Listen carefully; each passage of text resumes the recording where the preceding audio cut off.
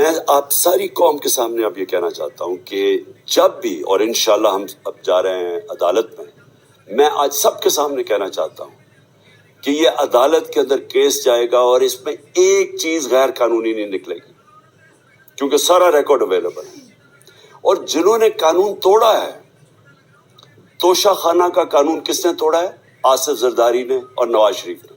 کیسے توڑا ہے؟ انہوں نے 4 مہنگی گاڑیاں اس توشہ خانہ سے نکالی۔ قانون یہ کہتا ہے کہ آپ گاڑیاں نہیں نکال سکتے، مجھے بھی ملی تھی۔ تو ان کے کیس تو سنے نہیں، ان کے 10 سال سے کیس پڑے ہوئے جو انہوں نے یہ گاڑیاں غیر قانونی طور پہ نکالی تھی۔ اور وہ جو کہ سارے میرے وکیل نے آج قوم کے سامنے بتایا کہ سارا ریکارڈ اویلیبل ہے، اس کے اوپر اس نے یہ فیصلہ کیا۔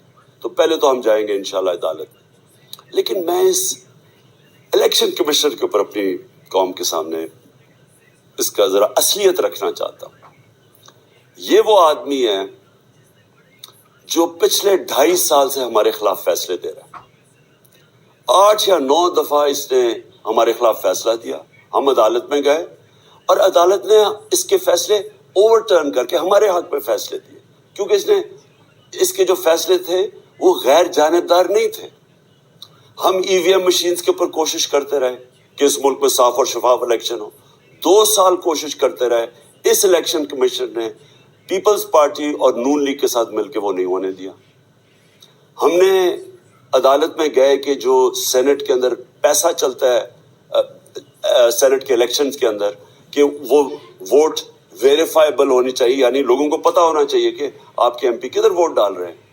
ہم سپریم کورٹ میں گئے، سپریم کورٹ میں اجازت دے دی کہ ووٹ ویریفائبل ہونی چاہیے، اس نے روک دی۔ اس کے بعد یوسف رضا گیلانی کا بیٹا پیسے دیتے ہوئے پکڑا گیا ووٹ خریدتے ہوئے، اس نے کوئی ایکشن نہیں لیا۔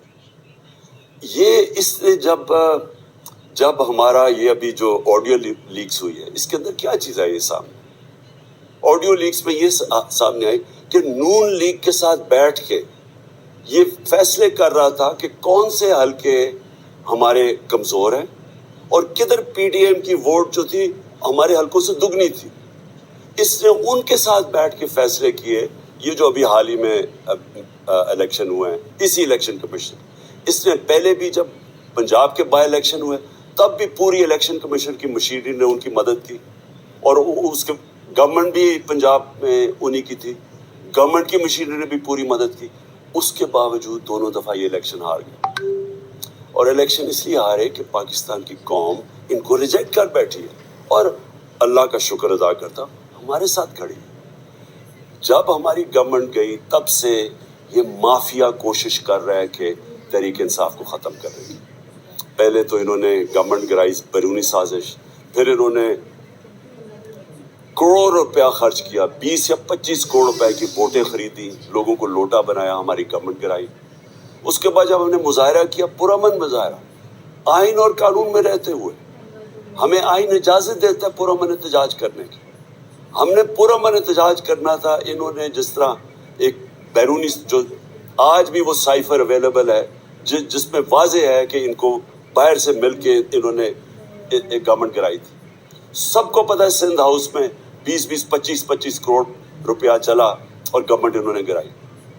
اس کے اوپر مظاہرہ ہم نے کیا 25 مئی کو۔ انہوں نے جس طرح کا ظلم و تشدد کیا ہمارے اوپر، پاکستان کی تاریخ میں ایسے کبھی نہیں ہوا۔ عورتوں بچوں کے اوپر دیکھ رہے ہیں فیملیز، انہوں نے شیلنگ کی، گھروں میں گھس گئے رات میں، جو پنجاب پولیس کو انہوں نے استعمال کیا، اور انہوں نے سمجھا کہ پارٹی کراش ہو جائے گی، پھر بھی نہیں ہوئی۔ پنجاب کے بائی الیکشن ہار گئے، پھر انہوں نے میرے اوپر کیسز کرنے شروع کر دیے۔ کبھی عدالت میں ایک کیس ہوتا ہے، کوئی 24 ایف آئی آر ہے میرے اوپر، دہشت گردی کا میرے پہ کیس کر دیا۔ کیا کیس تھا؟ ساری دنیا میں رپورٹ ہوا وہ کیس۔